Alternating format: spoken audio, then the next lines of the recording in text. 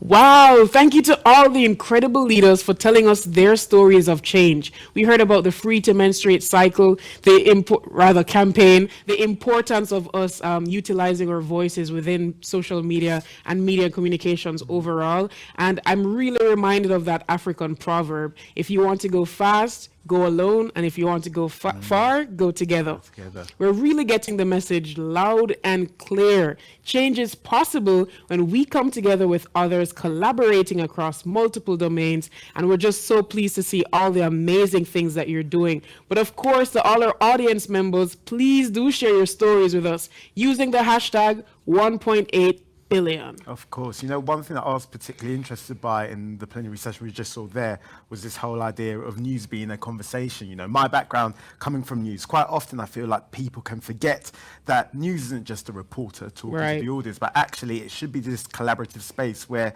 you know, there is a bit of dialogue and there is a bit of conversation. So that was super interesting to me. But now it is over to another crew who are making a big noise. Now check this out. They're a metal band from Indonesia. So get ready to make some moves. They are the voice of Bachaprot.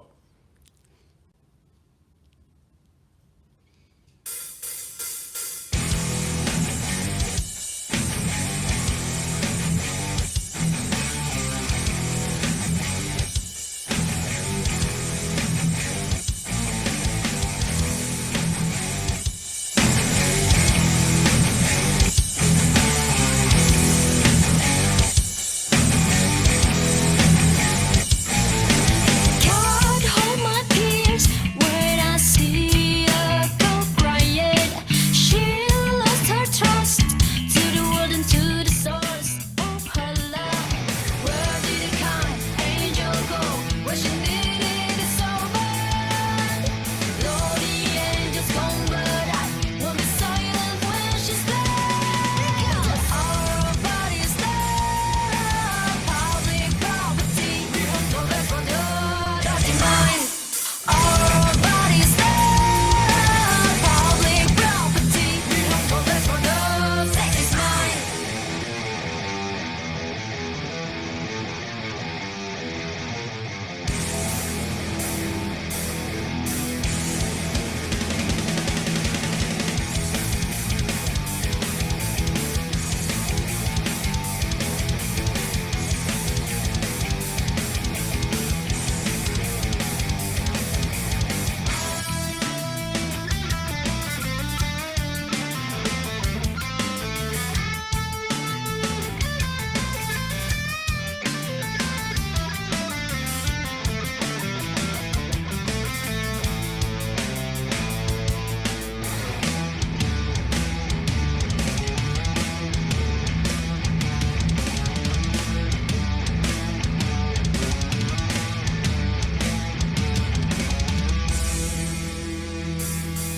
Everyone has a right to live safely, but why the people now red?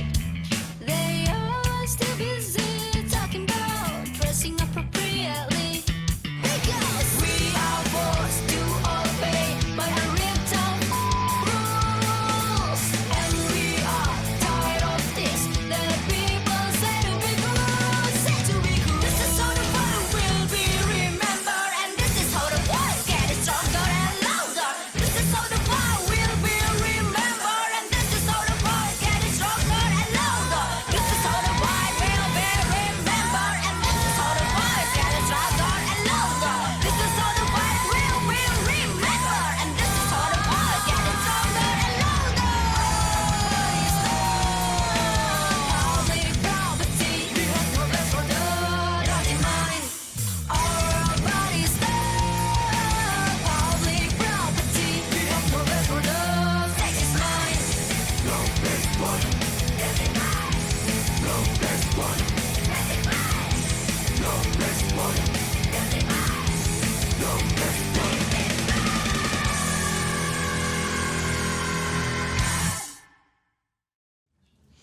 Whoa, they have some energy. Absolutely love that. And what an important message as well. Well, now we're going to Michelle Bachelet, former president of Chile and long-standing champion of adolescent health and well-being. Hello, everyone. Taking part of this Global Forum for Adolescents. Wherever you are in the world, whether you are a youth activist or a policymaker, a health professional, journalist, or a student.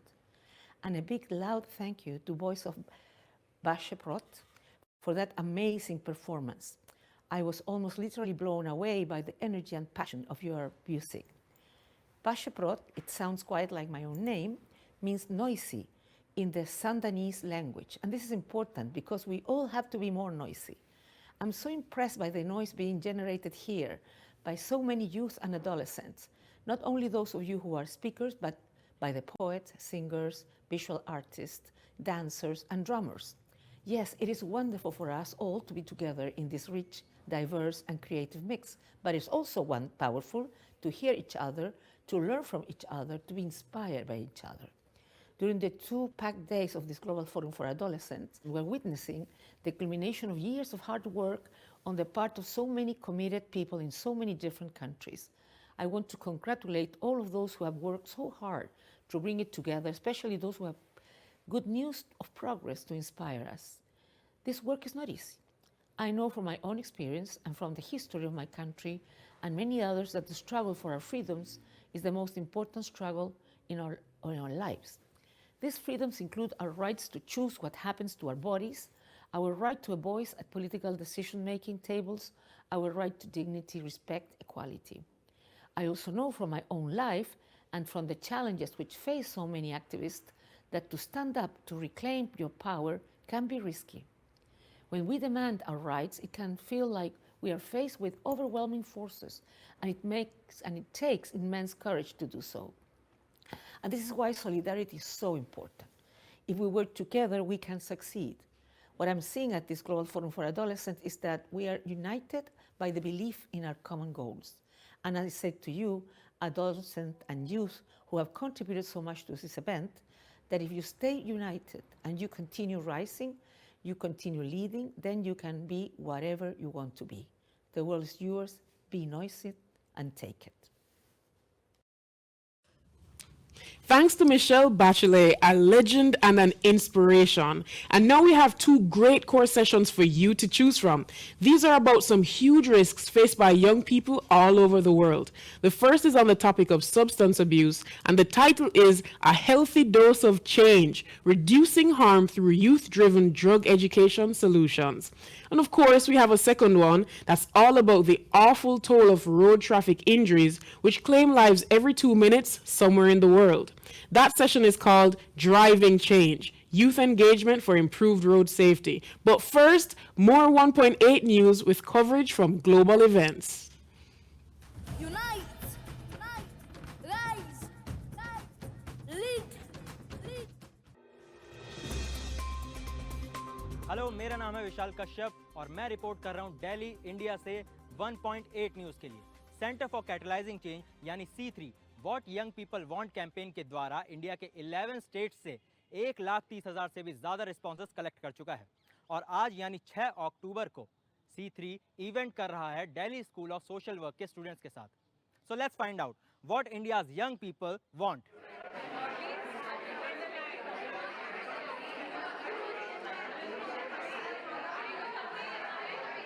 तो जब हम यंगस्टर्स के चैलेंजेस या प्रॉब्लम की बात करते हैं तो सबसे पहली चीज़ है डिजिटल डिवाइड की।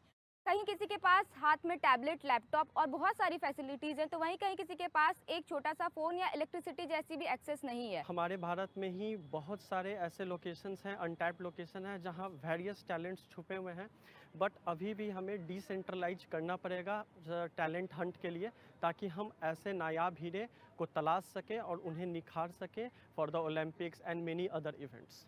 The young people, they are usually cast aside saying that they are not enough experienced or they don't have the ability to make a choice or to give opinion on important matters. Our opinions are not given enough value in order to make this change, the grand change. But we are the youth, we are the next generation. Peer pressure के कारण बचपन से ही unnecessary competitive environment में स्टूडेंट्स को रहना पड़ता है, जिसके कारण मेंटल हेल्थ उनकी बहुत डिस्टर्ब होती है और वेरी टेंडर एज में, एडोलेसेंस एज में सुसाइड जैसे कदम स्टूडेंट्स लेते हैं।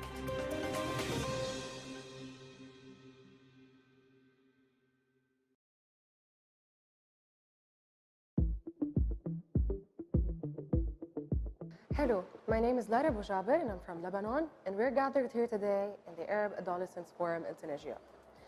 We were discussing several things. Some are limitations. We don't have data in our region, and this is a very irresponsible and very devastating and disappointing point. So for that, we request data and youth engagement and research in order to have tangible resolutions. And for that, we discussed some recommendations on several aspects that hopefully we can attain them and we have them as tangible resolutions. So as for participation and interaction from youth and in their societies, we discussed several things. Some of them is that we request quota for women representation as well as youth representation in a percentage in the parliament. And as well, we request to have safe spaces by which people, and especially youth, can go to, can discuss their fears, their emotions, and everything, as well as we need to change the referral system so that we can have a different and quick and tangible resolutions. As for health, we discussed several topics as well as injuries. We have devastating numbers in accidents in the MENA region, and for that, we need to raise awareness and work on programs regarding to car accidents, as well as non-communicable diseases, by which lifestyles should be changed, and we need to be careful about our health and take care of our mental health as well. Mental health is crucial and is a priority, and so for that, programs must be done today before tomorrow. Mental health isn't just any topic, it's the umbrella of everything. So we need to know the difference between the terminologies, we need to know how to cope for stress, for example, which is a basic thing we need in our educational systems to have responsible citizens. These recommendations and many more should be taken held from the organizations and government to be taken as serious as possible from today before tomorrow.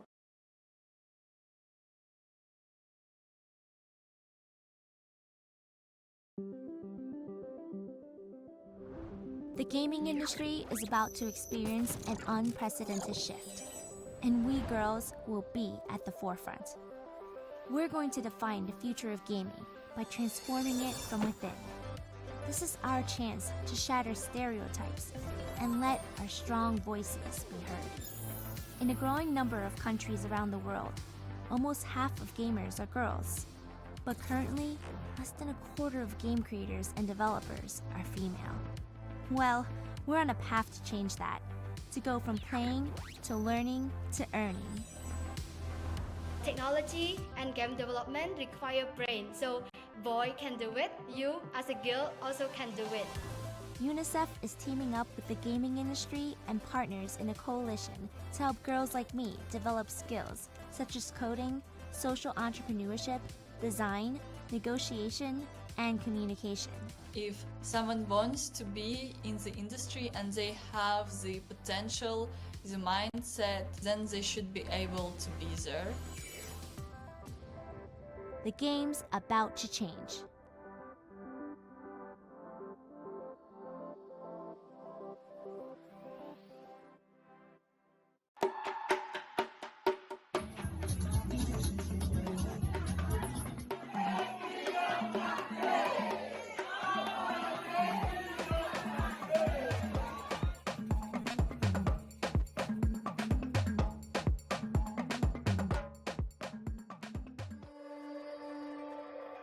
I'm humble and grateful to just be able to connect and meet with other girls from all around the world.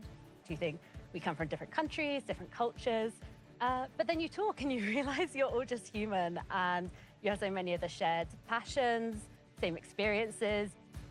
Advocacy journey can be a lonely journey, and it's really good to meet other like-minded women and actually share experiences and how they're championing their work in their various communities. And I think that's why this work is important now more than ever. Climate, reproductive health rights, adolescent girls' rights are all intersected and we're not living single-issue lives. Si j'ai une demande, surtout beaucoup, c'est d'inclure les jeunes, surtout les adolescentes, en ce qui concerne la prise de décision sur la santé des reproductions. I feel like if we saw more representation, not just of women, but of women from marginalized communities, young migrants, young women living with disabilities, we would have a very different kind of policy and we would have a very different kind of culture. نكتسب خبرات جديدة، نتعرف على ناس جديدة، ناخذ ثقافات جديدة، نجد حلول، كنا مع بعض إيد واحدة نقدر نجد الحلول مع بعض. There will be a young girl even watching this and she'll be like, oh, I want to be there where she's standing right now. And that's how she'll strive, also helping her community, helping adolescent girls. And yes, I think it's very important. There's real immense power in the fact of you using your voice. Just be you in every room and just do what you are called to do. Don't let your age determine what you can do in life. Il faut toujours commencer avec des petits moyens et après on va arriver au top. You're worth more than you think. Don't let anybody tell you otherwise.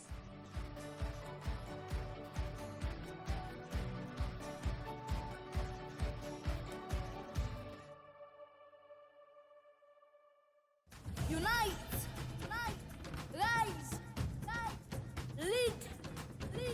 Young people, this is our time.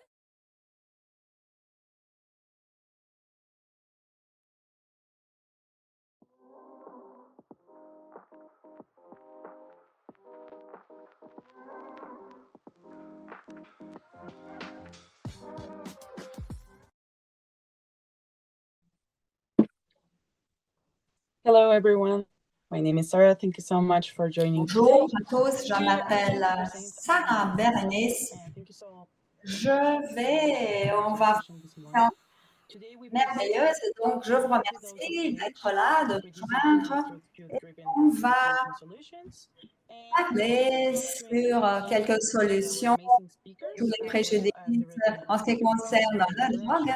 Et aussi, je vais vous présenter nos intervenants et quelques mécanismes aussi pour l'interaction. On va ouvrir nos cerveaux, disons, et respect. Donc, on aura plusieurs intervenants. On aura Robbie Lauer et merci beaucoup d'être là et donc de participer. On aura Rongai Shati, Pujam Konga et Ida Ogutu. Je passe la parole à Robbie Lauer et pour ces quelques mots. Merci beaucoup. Salut à tous. Donc, merci tout d'abord d'être là, enfin, et de m'inviter à être modératrice. Et donc, c'est une grande opportunité pour apprendre beaucoup ici. Et aussi, moi, je voudrais remercier les collaborateurs de cette séance et les partenaires de Youth Prize. Donc, on va parler sur les leçons et que l'on peut voir à partir de l'usage des drogues, leur expérience. On a eu, ces personnes sont stigmatisées, discriminées dans tout le monde. Donc, les leçons et donc de voir comment nous pouvons aider ces personnes et les politiques qui sont mises en place. Et donc, en ce qui concerne le paysage de drogue, qui présente quelques effets aussi. Donc, l'éducation et le pilier, et on doit commencer à en parler à un très jeune âge. Et donc, tous les adolescents donc, ont le droit à avoir une éducation contre les drogues et pour parvenir donc à leur bien-être à partir des impacts qui sont vus sur les adolescents en ce qui concerne les adolescents. Et ensuite, la prévention aussi est très efficace. Elle n'est pas efficace pour la prévention des élèves et donc des communautés de personnes, communautés d'adolescents et de jeunes qui utilisent des drogues. Et aussi, nous avons des éducateurs qui vont nous aider à présenter donc tous les problèmes. Et on aura la participation de Rangachati, Pujakanga et Da. Et donc, on aura d'autres personnes également à partir de leurs connaissances faire en sorte que l'on puisse présenter des conseillers, des gens de l'UNAIDS et on a des personnes qui faire la culture de SSTP. Donc, je vous encourage donc à poser des questions, à faire des commentaires si vous avez sur le chat pour que l'on puisse avoir une interaction de tous. Merci. Merci beaucoup de votre introduction. Bon, maintenant que nous sommes tous là, on va commencer la séance et donc, souvenez-vous que l'on va présenter quelques interventions. On aura des interventions et donc, d'abord, on a des interventions de Fonga Charity, ensuite Pooja Kumwar et après Ida Akot. Et donc, vous pourrez aussi poser vos questions sur le chat si vous en voudrez.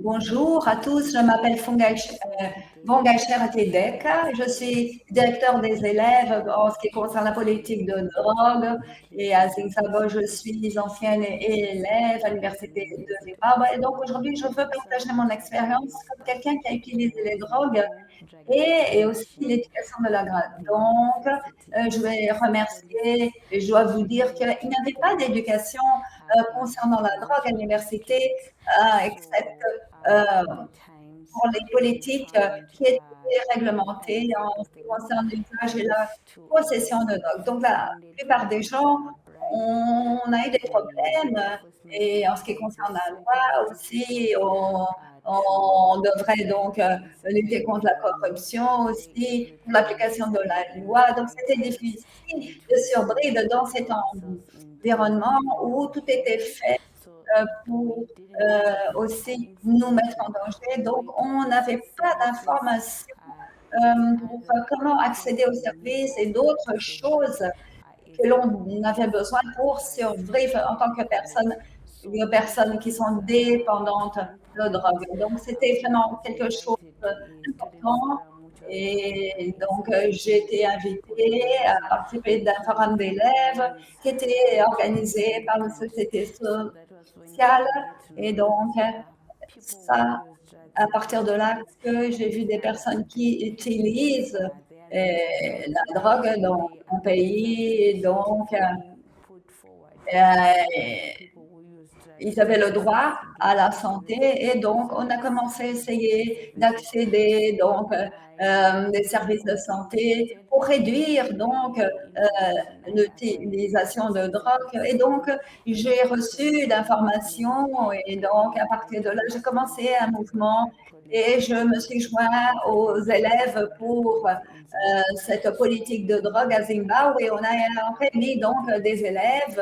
Et donc, l'éducation, le curriculum d'éducation n'est pas tellement inclusif et donc il est incorporé à des questions en ce qui concerne les drogues et l'usage des drogues. Et donc, les organisations de la société civile ont un rôle crucial pour sensibiliser les personnes et on peut voir qu'il y a eu un changement en termes de comportement au sujet de l'usage de la drogue et de comportements qui ont été développés par les organisations de la société civile. Donc, on voudrait vous présenter un curriculum qui soit inclusif et qui est à voir avec l'usage des drogues et surtout les élèves et pour continuer leur éducation en ce qui concerne la santé malgré l'usage de la drogue. Merci beaucoup. Bon, je m'appelle Idagi, On a des mentorats en Nairobi, de l'éducation et tout ce que l'on fait donc est fournit des informations sur les drogues, l'usage et donc l'éducation de la drogue est importante pour pouvoir donc un mode de vie sain et donc faire en sorte que l'on ait donc la sensibilité d'après les besoins de la communauté. Donc on peut voir que la communauté qui est infectée, quand on fait cette éducation de la drogue, on a l'opportunité d'aider les personnes donc, qui sont dans la commune. Et donc les jeunes sont engagés dans cette éducation et donc en ce qui concerne l'abstinence, ce n'est pas vraiment là pour pourvoir des outils à ceux qui dépendent de la drogue. Parce que quelquefois, on peut penser que si quelqu'un est dépendant de la drogue, tout ce qu'il a besoin est l'éducation. Mais non. Mais quelquefois, on a des triggers qui font en sorte que ils reviennent donc à utiliser les drogues et ils deviennent de nouveau des dépendants. Donc, OK, c'est important d'avoir l'éducation, cette éducation de la drogue, et donc, c'est important. Et ça donne donc, ça devient donc un outil à la communauté et aussi ça nous donne de la sécurité dans la communauté. Merci.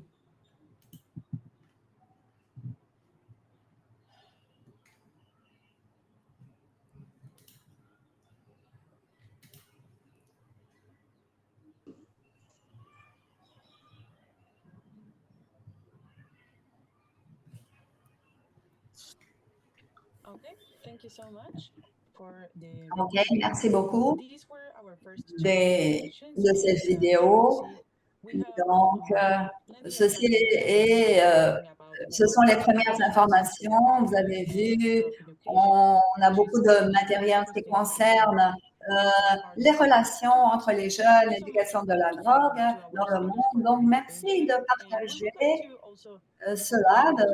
Et je voudrais aussi présenter ici une question. Donc, pour que l'on puisse commencer la discussion, je vous encourage donc à penser sur, par exemple, l'éducation sur la drogue. Si vous vous rappelez quand vous étiez jeune ou adolescent, qu'est-ce qui a été donc, qu'est-ce que ça représentait l'éducation de la drogue aussi? Je vous encourage à penser s'il y avait des lacunes aux questions que vous avez fait face dans l'éducation de la drogue. Merci.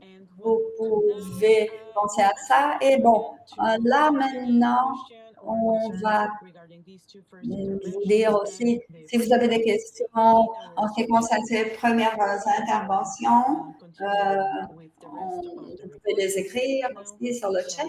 Et donc, on peut continuer et on va voir la deuxième partie d'intervention. Et là, maintenant, on a aussi une intervention qui se concentre sur les questions, comment devrait être l'éducation de la drogue et quels sont les outils que les personnes veulent. Et merci. On va entendre André, Nick et Julia. Je m'appelle Ragon. Je travaille dans un groupe international, UFICE, et donc on a fait beaucoup de recherches en ce qui concerne l'éducation et on essaie de comprendre que les jeunes entre 14 et 20 ans comprennent donc l'éducation de la drogue. Comment ceci se passe? On a 3 grandes idées à partir de cette recherche. L'éducation vient très tard et pas assez. Et aussi, on a ceci reçu dans l'âge de 14-15 qui est déjà très tard parce que 59% des jeunes qui utilisent des drogues sont âgés de moins de cet âge et donc c'est aussi peu parce que le contenu est peu. Et donc, on a quelques classes. Dans un salon noir, on aurait pu avoir beaucoup plus de classes et d'éducation. Donc, quelques ajustements sont importants et qui doivent être importants pour le contexte des personnes qui utilisent les drogues. Si vous venez d'une famille religieuse ou quelquefois, enfin, on vient d'environnements où ceci est interdit, donc il faut que vous soyez sensible à ce contexte culturel et donc l'éducation est importante pour comprendre comment les drogues vont être discutées et aussi partir de aucune connaissance à quelques connaissances. Une autre chose, c'est important, les élèves et l'âge des élèves. Et c'est là où on a la différence. Quand on est plus jeune, on peut recevoir plus d'informations et donc quand les jeunes sont plus âgés de 14, on peut parler des raisons pourquoi on utilise les drogues et les impacts qu'il y a sur les jeunes. Et beaucoup d'autres classes de drogues qui sont en vigueur. Donc, le troisième point, c'est être vrai sur les drogues. Quand on parle de l'absence d'addiction, on ne comprend pas qu'est-ce que c'est dans le milieu. Donc, c'est une section où il y a beaucoup de jeunes et qui vont comprendre et expérimenter des drogues. Pas parler seulement des extrêmes, mais il faut aussi parler de ce qui est dans le milieu. Il faut avoir des conversations sur une ou autre drogue. Il faut renforcer les choses et être vrai sur les défis, les expériences et ce que les personnes vont passer.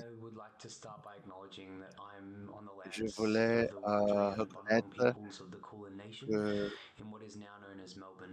reconnaître les efforts de tout le monde et aussi je respecte tous les peuples autochtones. Ils ont un problème causé par les autres qui les ont envahis. Par exemple, en 2016, j'avais 24 ans, j'ai étudié éducation dans l'université de Melbourne, mais il y avait un manque d'informations et de comment on parle sur la drogue avec les jeunes. Et il y avait la politique, la pédagogie, mais je suis intéressé en comment accéder à toutes ces informations. Et je savais que derrière le stigma de la drogue, plusieurs jeunes utilisent la drogue pour plusieurs raisons. Dans mon pays, les jeunes adultes constituent la plupart de la démographie qui utilise la drogue. Mais il faut engager aussi dans les bénéfices de la drogue. Qu'est-ce que le point de l'éducation? Est-ce que c'est comment utiliser, comment ne pas utiliser la drogue et pourquoi utiliser la drogue par la société ou éviter la drogue de toute façon? Ou aussi parler des facteurs de protection. Ce sont des questions qui arrivent dans ma recherche dans la dernière décennie. Et comme j'aime les sciences sociales, je pense que c'est important d'étudier l'histoire. Donc, dans les écoles, dans les pays où on parle anglais, on a commencé l'éducation sur la drogue dans le siècle XIX, mais on a focalisé à l'éducation scolaire, mais l'éducation publique était quelque chose de nouveau. Donc, au début, on disait que la drogue était mauvaise et cette pensée était présente dans les écoles. On peut dire que la première génération des mouvements on a porté un biais sur la drogue qui était pas exactement le correct. Mais aujourd'hui, on dit que l'abstinence, la lack de connaissance sur la drogue et la prohibition de la drogue, ce sont des sujets du siècle, 20e siècle. Et les jeunes sont devenus des adultes. Et on a commencé à regarder l'éducation de la drogue en Australie, la policy, les politiques et aussi l'éducation. Donc, pour résumer, il y a une terminologie qui parle de diminution des dégâts. Et ça peut aussi s'appliquer aux écoles. Il n'y a pas une définition très forte de ce que ces termes signifient, comment les appliquer et comment donner des entraînements pour les professeurs. Donc, dans l'absence de trainement et avec la pression, les professeurs vont favoriser l'abstinence, ne pas utiliser la drogue. Je n'ai pas toutes les réponses, mais je pense qu'il y a quelques thèmes importants de parler qui existent dans la pédagogie contemporaine. C'est la science de l'éducation. Donc, dans la pédagogie constructive, on parle sur les choses et on a une pensée constructive. On ne dit pas que les choses sont mauvaises, mais on dit que les choses sont complexes. Donc, il faut voir les choses d'une vision multidisciplinaire dans les classes d'histoire, de politique, etc. Donc, nous avons essayé ça au Canada et nous avons aussi développé un curriculum basé à ça. En termes de quelles sont l'éducation de substances, comment utiliser les drogues, comment éviter les risques, comment maximiser les bénéfices. Je crois que cette éducation, c'est la meilleure par rapport au contexte. Les services doivent être actifs et promus pour les jeunes, spécialement pour les jeunes qui utilisent la drogue. Il y a un programme aussi qui donne ce programme aux jeunes adultes et explique comment avoir l'accès à ce type de services. Et finalement, je vais parler très brièvement de Lawyer About Drugs. Ça engage plusieurs disciplines. Nous avons utilisé le cas d'étude pour le discours médiatique de la police et comment parler avec les personnes qui utilisent la drogue. Et nous avons trouvé que ce projet a aidé la pensée critique, à augmenter la capacité d'avoir plus d'informations, à encourager la participation au débat, à cultiver les réponses empathiques et à engager les étudiants et à améliorer la relation entre profs et étudiants. Et on a eu plus de discussions avec les familles.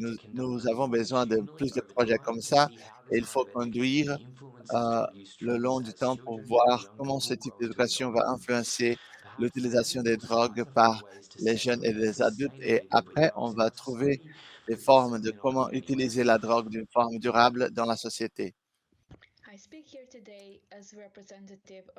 Je parle aujourd'hui comme représentatrice des étudiants de la politique des drogues internationales. Il y a un réseau dans 30 pays au monde et la communauté internationale a parlé des politiques des drogues et nous avons documenté l'importance d'éduquer les jeunes sur l'utilisation des drogues pour avoir des opportunités pour améliorer leurs styles de vie.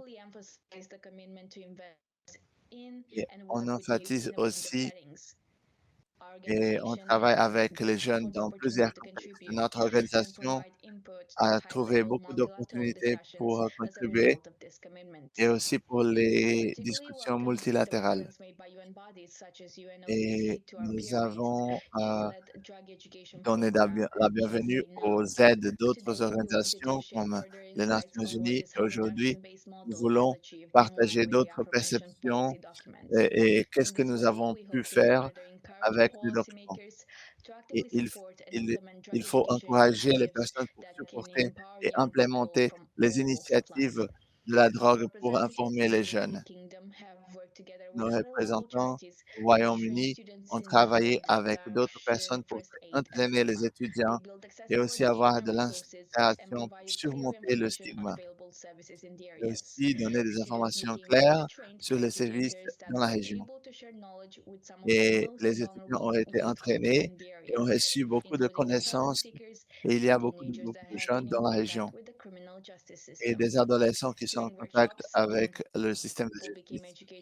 Pendant les workshops, les ateliers, on a vu beaucoup d'outils qui peuvent sauver la vie.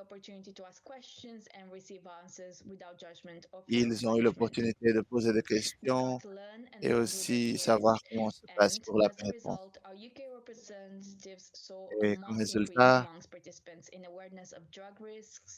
on a augmenté la participation des personnes et on a amélioré les informations. Et plus important, cette approche en fait les jeunes plus disponibles à chercher de l'aide. Et avec cette expérience, nous demandons la construction de politiques pour les jeunes et activement appuyer la mobilisation de la société. Et aussi, il faut avoir des ressources pour la population jeune qui, normalement, sont marginalisées et aussi il y a manque d'empathie pour la réintégration sociale. C'est fondamental de partager des informations les uns avec les autres et aussi avec les parties intéressées pour les compromis internationaux. Merci. Okay, thank you so much. I do Ok, definitely merci assure beaucoup. that those were amazing Et je interventions, crois que interventions. So thank you so much nous to all the avons participants partagé in des these interventions très incredible intéressantes. interactive Merci beaucoup spaces. aux So we can participants. start C'était discussing incroyable here d'avoir cet espace methods, et nous pouvons ways, commencer à and débattre concerns des nouvelles regarding formes, youth and des drug nouvelles education. préoccupations avec les jeunes I pour would like to l'éducation de la highlight some drogue. particular points in here Et because, well, je voulais souligner as we quelques points already heard, particuliers parce all over the que world, we have nous different avons déjà concerns écouté regarding youth dans and tout le drug monde que nous education, avons des and différentes school education préoccupations as well. sur So thank you l'éducation so de la much drogue to all et the aussi followers l'éducation de for l'école. today. Donc, I merci think that beaucoup key points à that we tous shared nos participants during all the aujourd'hui. interventions was Les the points importance of principaux qu'il recognizing faut that school education is souligner crucial maintenant, in all of the places of the world. l'éducation So scolaire, so c'est youth can crucial provide dans tout le monde. incredible Donc, tools for harm la, reduction la and jeunesse to a so they can also plusieurs feel outils their ownership pour, regarding this situation. euh, And well, it's pour also travailler, important to pour share the avancer dans la knowledge to the most situation. vulnerable Et key aussi, populations so they c'est can important apply de these partager de la life connaissance avec les saving personnes tools. les plus So vulnérables in this sense, pour qu'elles I would puissent like avoir to des outils de invite sauver. Emily Christie, Et je who's voulais donc inviter she's Emily here with us Christie. today, to reflect on the Elle est efforts ici of avec nous youth aujourd'hui drug pour education. réfléchir sur les And efforts we will de also like l'éducation de la to drogue discuss a little et bit about nous aurons aussi discuté un how peu sur do these fits into the HIV comment response as well. est-ce que And ça we can also discuss a parle little bit about sur la adolescent responsabilisation well-being et si on and va discuter how can we sur support le youth bien-être des leadership adolescents, when it comment comes into youth soutenir education le programs. leadership quand So on thank you so parle much, de Emily. programmes It's on you. d'éducation. Donc, merci Emily, vous avez la parole. Merci beaucoup et merci à tous les panélistes. Et je vais essayer de répondre de la meilleure façon possible. Et c'était des interventions très intéressantes que nous avons vues aujourd'hui ici. C'est très important pour la réponse. Et une étude cette année a trouvé que les personnes qui utilisent de la drogue injectable, nous parlons ici de maladies comme le sida, par exemple. Donc, il faut avoir de l'accès à l'éducation, aux informations, aux services pour garantir que les personnes puissent se protéger contre les maladies infectieuses. Et donc, la prévalence du sida, c'est pour les personnes qui utilisent de la drogue. Donc, il y a un problème d'infection. Nous voyons encore une prévalence élevée et aussi une incidence entre les personnes qui utilisent de la drogue injectable.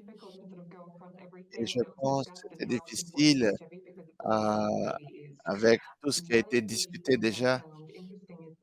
Une des choses, et il y a une ligne en commun, c'est le problème de la criminalisation de la drogue. Donc, comme professeur, il faut être possible de donner des informations dans des écoles et dans des espaces où peut-être il peut être difficile de partager des informations et avoir un réseau de support. Euh, donc, avec la criminalisation, c'est un sujet important. Donc, il faut trouver des alternatives pour la criminalisation et avec les barrières d'accéder les services. Et je pense que les points mentionnés ont un impact et ça dépend de la politique utilisée qui conduit à l'utilisateur de la drogue et aussi les environnements où on est présent pour savoir qu'est-ce qu'on combat en fait. Ça montre que il y a aussi le problème de l'abstinence parmi les adolescents. Mais il faut avoir une politique qui fonctionne parce que les politiques qui existent aujourd'hui ne fonctionnent pas pour plusieurs personnes. Et il faut aussi engager d'autres publics quand on parle de la drogue. Je voulais souligner aussi qu'on a parlé de ces réseaux et comment ils sont en train d'appuyer les personnes à combattre le stigma, par exemple. Il faut s'engager dans des espaces multilatéraux. Et pour cette année, le thème, c'est le leadership des communautés. Donc, le mot laisser les communautés, laisser, c'est très important. Garantir qu'il y a l'espace, mais laisser que les communautés font le travail, en fait. Et il y a aussi les financements, les politiques, la société civile. Les communautés sont déjà là. Elles sont en train de travailler déjà. C'est plus une question de créer un espace où elles peuvent travailler pour garantir que les groupes et les communautés auront la possibilité de continuer en faisant ce qu'ils font déjà. Merci beaucoup d'avoir organisé cet espace d'échange d'idées. C'est très important de parler avec les jeunes. Et bien sûr qu'on va continuer le travail avec tout le monde. Merci.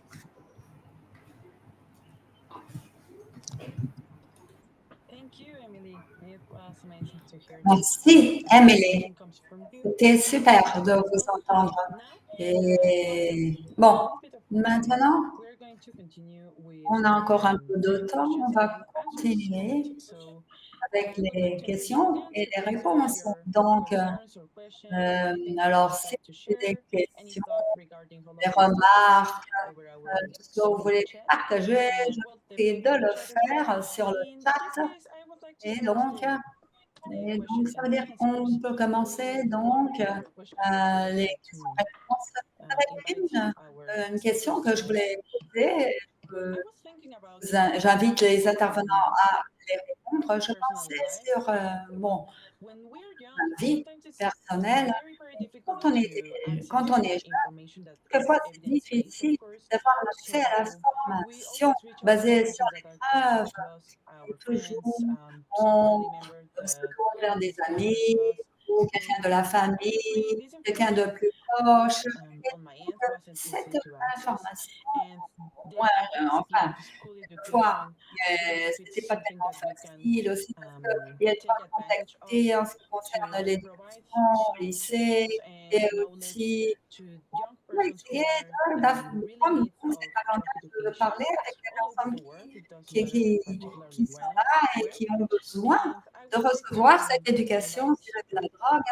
Donc, je voulais inviter Julia à répondre à cette question.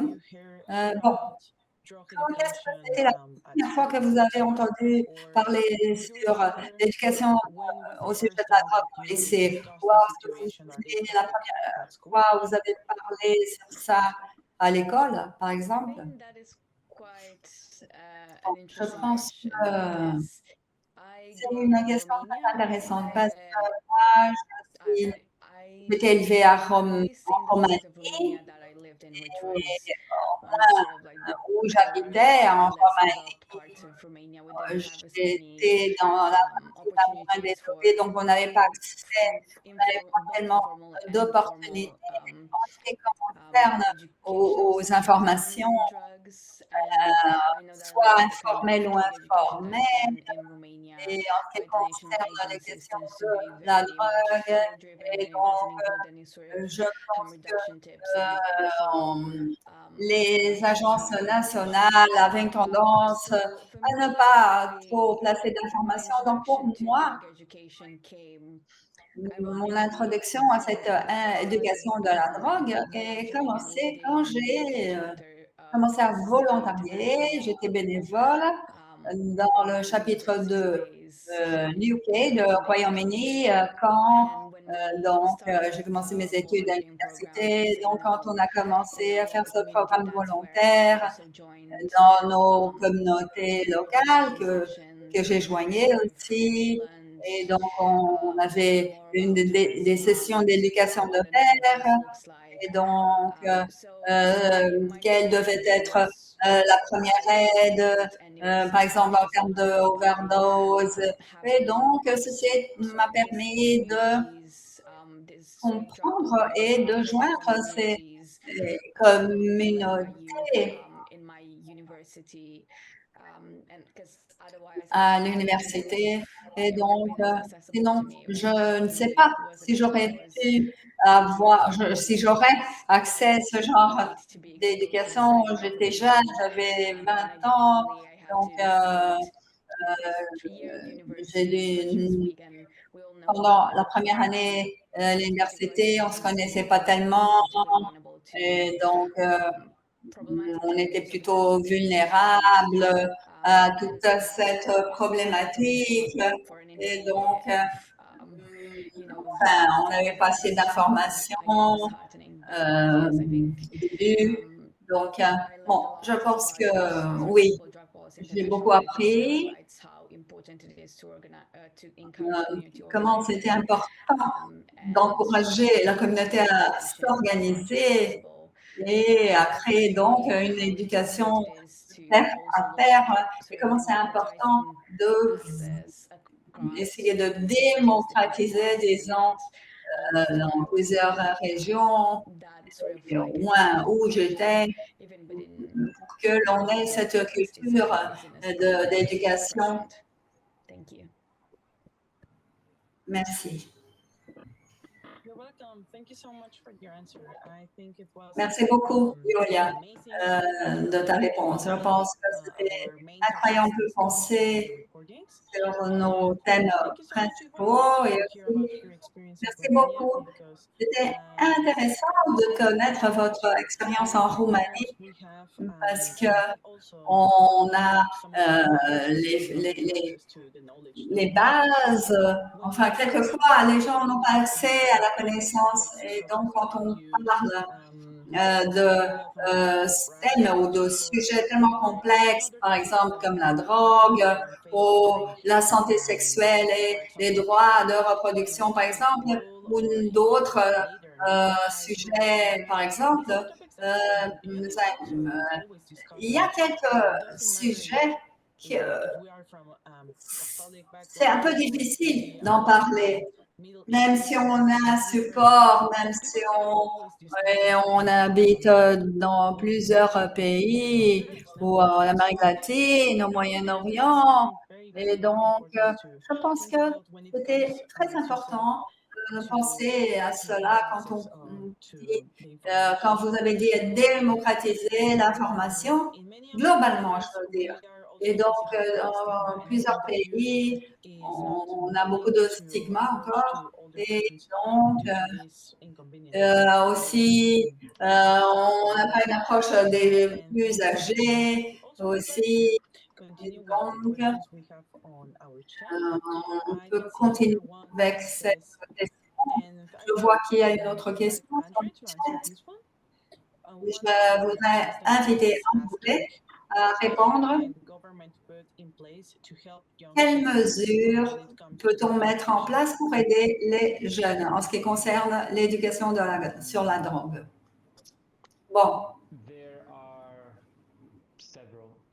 il y a plusieurs, je pense. Que c'est important, ce serait tout d'abord se consulter, parler avec les jeunes, des organisations qui les représentent. Parce que quand on parle avec la population, c'est important d'avoir la participation. Donc, c'est important d'avoir cette approche plus réelle et je pense aussi peut-être que ce soit un peu compliqué de mettre cela en pratique, mais d'avoir des espaces sûrs pour la discussion, c'est quelque chose aussi qui nous est revenu quelquefois quand les jeunes se sont réunis et qui suggéraient de faire des classes avec des groupes plus petits pour parler de leur expérience personnelle en ce qui concerne l'usage de la drogue, comment pouvons-nous contrôler cet usage et aussi qu'est-ce qui pourrait être fait.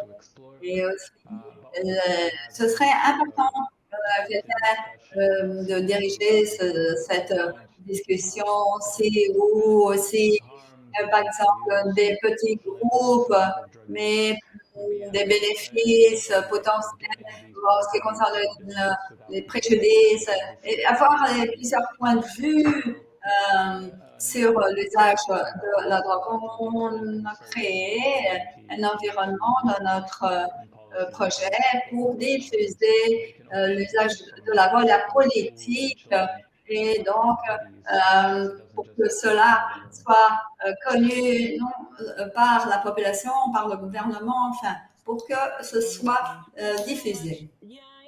Ok, super, merci André. Et bon, aussi, je pense que l'information doit venir du gouvernement ou des espaces, quelquefois ne le font pas. Et donc, comme vous avez dit, parler avec des conseillers, des personnes qui ont elles-mêmes utilisé la drogue, et donc des femmes qui utilisent ou d'autres organisations qui travaillent. C'est important quand il s'agit de créer des propositions pour en parler. Aussi, je pense aussi ici que en ce qui concerne, par exemple, l'éducation colonisée, il faut penser que les expériences que l'on voit aujourd'hui sont les efforts de quelques organisations et donc dans ce sens-là, plusieurs propositions viennent de formations pair à pair ou d'autres organisations. Je voulais savoir, Nick, par exemple, quand vous avez commencé votre recherche, c'était difficile de trouver des données. Comment c'était? Comment ça a été au début? Comment vous avez commencé vos recherches? C'était une bonne question. Bon. Ma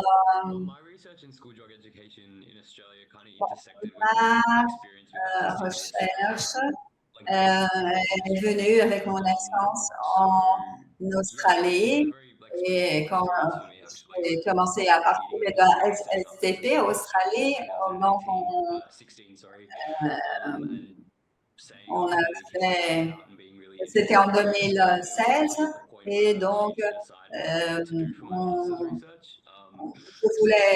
je pensais ce que j'allais faire pendant ma serre. Alors, j'ai commencé, je ne savais pas exactement ce que j'allais rechercher, mais bon, et donc, ça m'a aidé tout d'abord à créer donc cette mentalité. Et donc, quand j'étais à l'université de Melbourne, et bon, moi, quand j'étais jeune à l'époque, jeune, qui utilisent les drogues. Donc, moi aussi, j'avais un stigma ici. Et normalement, c'est ce qui se passe avec les gens qui utilisent la drogue. On a beaucoup de stigma. Et bon, on a plusieurs personnes aussi. Et on avait des barrières pour traiter de ces questions et aussi des barrières, je dirais, quand on a le soutien, c'est mieux, je dirais. Donc, mais c'était, enfin, on avait un réseau et donc on a créé donc le SSTB, on avait des tuteurs qui m'ont aidé donc à retrouver des ressources et donc j'ai utilisé cela dans ma recherche avec des personnes qui m'ont aidé donc à faire des enquêtes et des directeurs de lycée et donc ceci était disponible et donc j'ai pu utiliser ça dans ma recherche techniquement disons on avait des rapports aussi qui étaient faits et donc à l'époque le gouvernement soutenait on avait c'était difficile de repérer donc ce rapport mais bon donc, dans mon réseau de SSTP Australie, j'ai donc pu avoir accès au rapport. Et donc, c'était difficile au début de trouver les données. Donc, il y a plusieurs choses. Et moi, j'étais plutôt dans une position privilégiée, toujours. Les personnes qui m'ont aidé à donner donc l'opportunité et comme je l'ai dit, l'importance de ces organisations, des communautés et d'avoir un bon mentorat qui va te soutenir, va t'aider à surmonter le stigma aussi. Mais ce n'est pas toujours le cas. Merci beaucoup de ça, Nick. Oui, je crois aussi que ce type de programme nous permet l'opportunité d'améliorer notre pensée critique et pour les jeunes aussi. Donc, dans ce cas, merci beaucoup de votre participation. Et maintenant, c'est presque la fin de cette séance. Merci d'être encore là.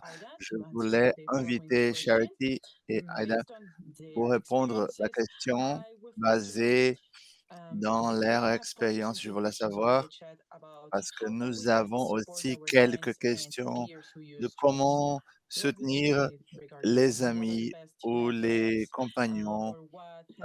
Quelles sont les meilleures méthodes? Quelle est la meilleure chance de parler avec un ami que vous avez pour solutionner tout ça? Qui veut répondre premièrement? Aida? OK. Donc,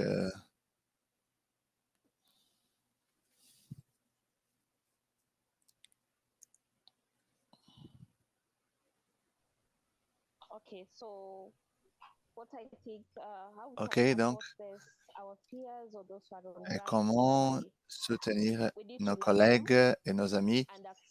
Il faut les aimer et accepter, les accepter dans la communauté et essayer de les donner l'orientation correcte pour avoir